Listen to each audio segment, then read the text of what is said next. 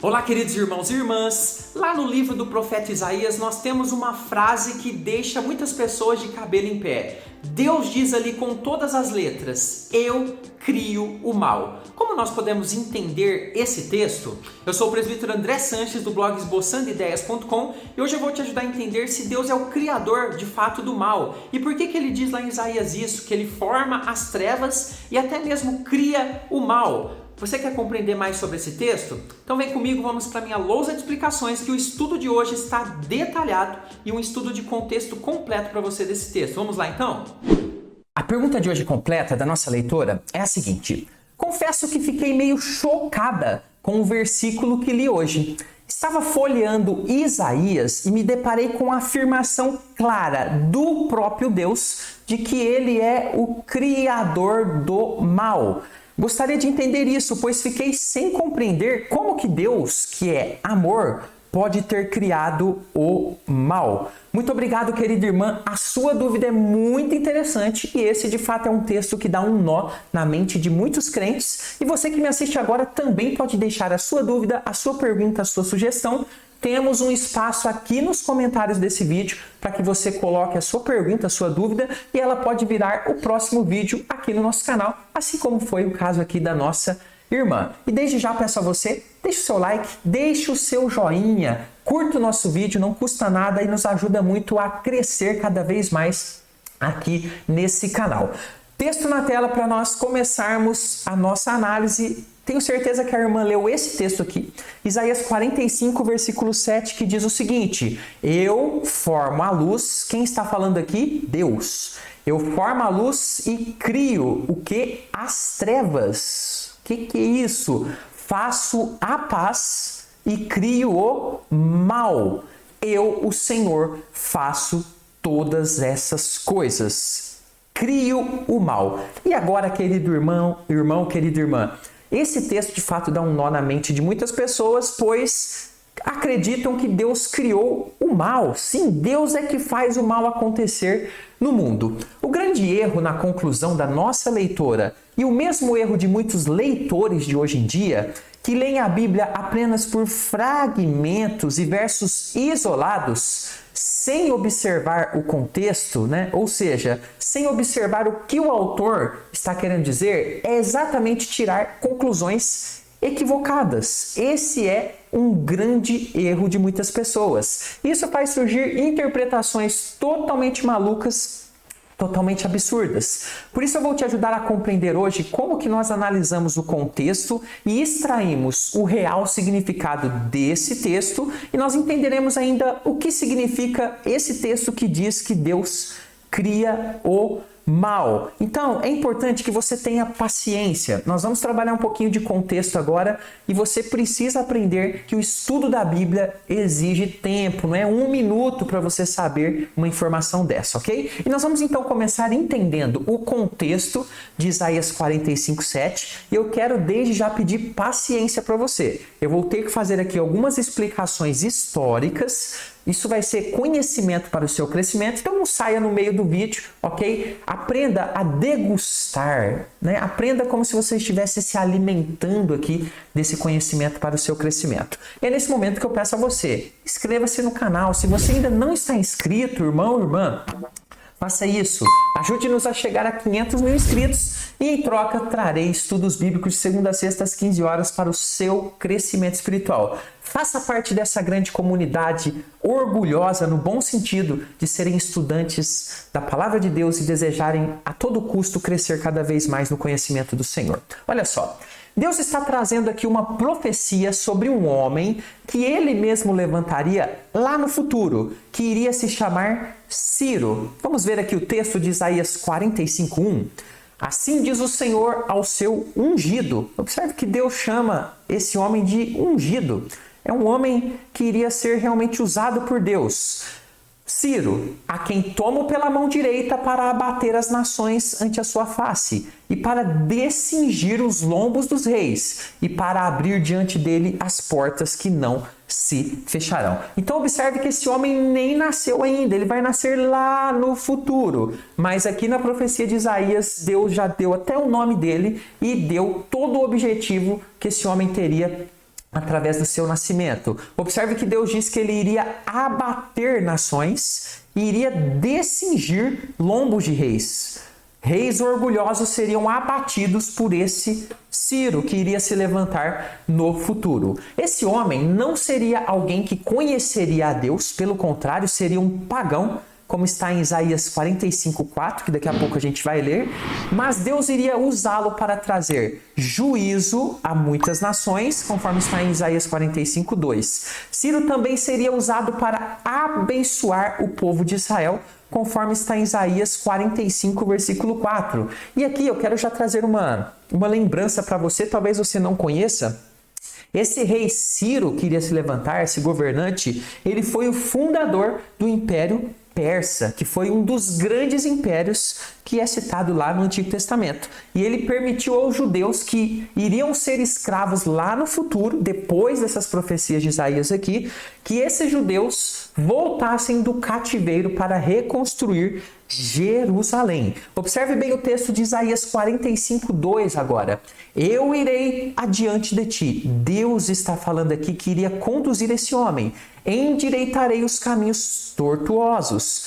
Quebrarei as portas de bronze e despedaçarei as trancas de ferro. Trancas de ferro e porta de bronze significam aqui os exércitos inimigos muito fortes, muito poderosos, mas que seriam derrotados por Ciro porque a mão de Deus o estava conduzindo. E de fato, quando nós lemos a história, Ciro teve um importante papel na volta de Israel lá do exílio babilônico, muito tempo depois dessa profecia de Isaías, conforme nos mostra o texto bíblico lá de Esdras 1, versículo 1. E claro, nós vemos que ele também derrotou diversos reis, fazendo com que o seu império persa fosse o maior ali da sua época. Observe bem Esdras capítulo 1, versículo 1.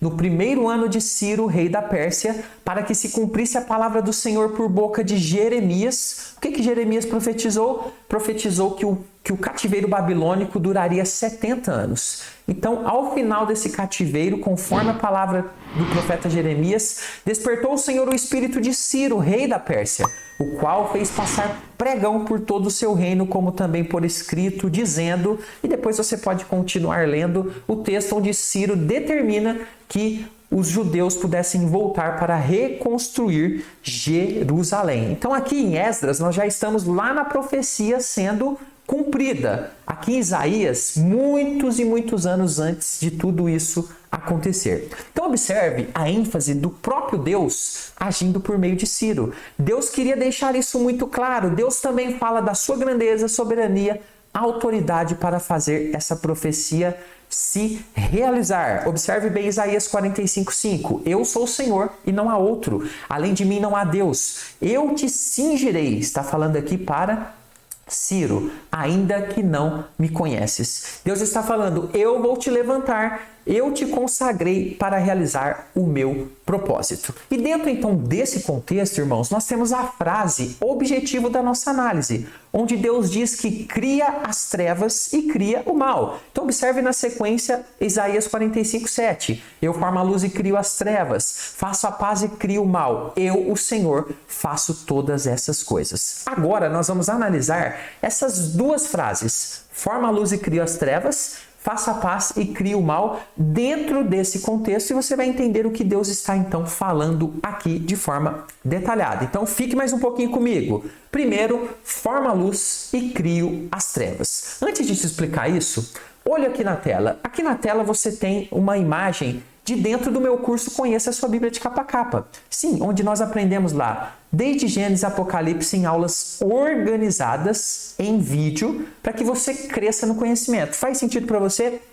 Quer um professor para te ajudar a conhecer de Gênesis até Apocalipse tudinho e ainda tirar as suas principais dúvidas lá pelo Zap? Aqui nos comentários, no primeiro comentário fixado desse vídeo, tem um link com mais detalhes do nosso curso. As turmas estão abertas, então aproveite. Observe que no primeiro contraste nós temos aqui a menção de luz e trevas. Então nós temos dois contrastes. Nesse primeiro, luz e trevas. Dentro desse contexto que nós já estudamos, eles apontam então para o quê? para a bênção de Deus a Israel. Deus iria utilizar Ciro para trazer luz, bênção para Israel que estava nas trevas do cativeiro. E ao mesmo tempo, Deus levantaria Ciro para trazer terrível juízo que traria a muitos povos. E Deus chama esse juízo de trevas. E de fato, esses povos teriam momentos de muita dificuldade, pois Ciro iria vencê-los. Então, nesse contexto, Deus traria, através de Ciro, bênçãos ao povo de Israel, que Deus chama de luz, e juízo para os povos conquistados por Ciro, que Deus chama de trevas. E, inclusive, Deus profetizou através dos profetas a queda do Império Babilônico, que foi, também usado por Deus ali para levar o povo de Israel para o cativeiro, mas que não ficaria impune pelas suas maldades. O Império Babilônico foi também derrotado aí pelo Império Persa. Então nós não temos aqui no primeiro contraste nenhuma intenção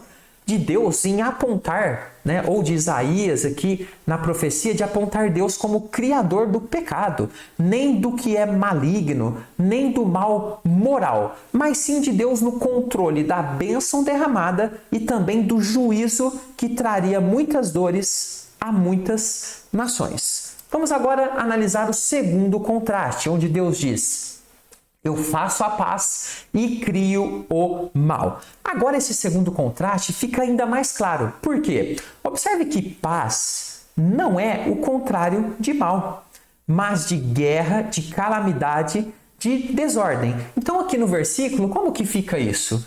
Quando Deus diz eu faço a paz, ele está falando exatamente da bênção que seria derramada através do levantamento de Ciro lá no futuro, quando ele se levantaria e permitiria ao povo de Israel retornar do cativeiro. Então Deus está falando para Israel aqui: eu crio a paz para vocês. E ao mesmo tempo, quando Deus diz eu crio o mal, Deus está falando eu crio a guerra, a calamidade e a desordem, que é o juízo de Deus derramado sobre as nações que seriam despedaçadas por Ciro, que seriam subjugadas. Os reis cairiam diante de Ciro, que foi levantado por Deus para trazer paz a Israel, mas também calamidade a muitas outras nações, o que Deus chama de mal. Então Deus mostra aqui que tem o poder em suas mãos, tanto de fazer as condições para a paz, no caso aqui a paz sobre Israel, que seria conduzida futuramente de volta do cativeiro para Jerusalém, como também Deus tem o poder de criar as condições para a calamidade, para o juízo sobre pessoas e sobre povos. E ele fará isso, pois tem o poder em suas mãos.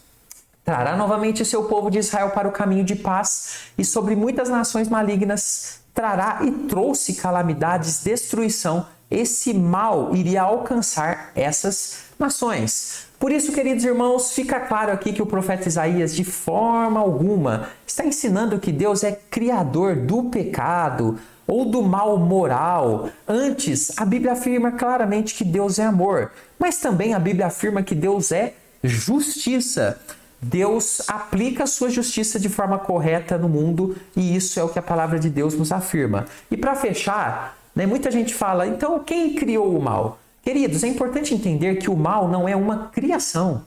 Estou falando aqui agora do mal moral, ok? Daquilo que desagrada a Deus. Não é uma criação, mas uma condição da ausência da dominância do bem. Ou seja, quando você retira o bem de alguma questão, de algum comportamento da sua vida, a única coisa que resta como resultado ali é o mal. Quando o bem não se faz presente, o resultado é o mal. Ele é uma consequência e não uma criação. Deus o permite dentro dos seus planos, que estão acima da nossa compreensão e do nosso entendimento, mas o eliminará, diz a palavra de Deus, de uma forma plena lá no final dos tempos. Então Apocalipse diz lá que no céu não haverá mais dor, nem pecado, nem nada que seja relacionada a qualquer tipo de mal, a qualquer tipo de dor advinda do pecado e do erro. Espero que você tenha gostado. Esse é o nosso estudo de hoje, explicando essa questão. Vou deixar mais alguns vídeos aqui para o seu crescimento. Aproveite bem o seu tempo para aprender mais da palavra de Deus. Vou ficando por aqui. Até o próximo estudo. Fique com Jesus.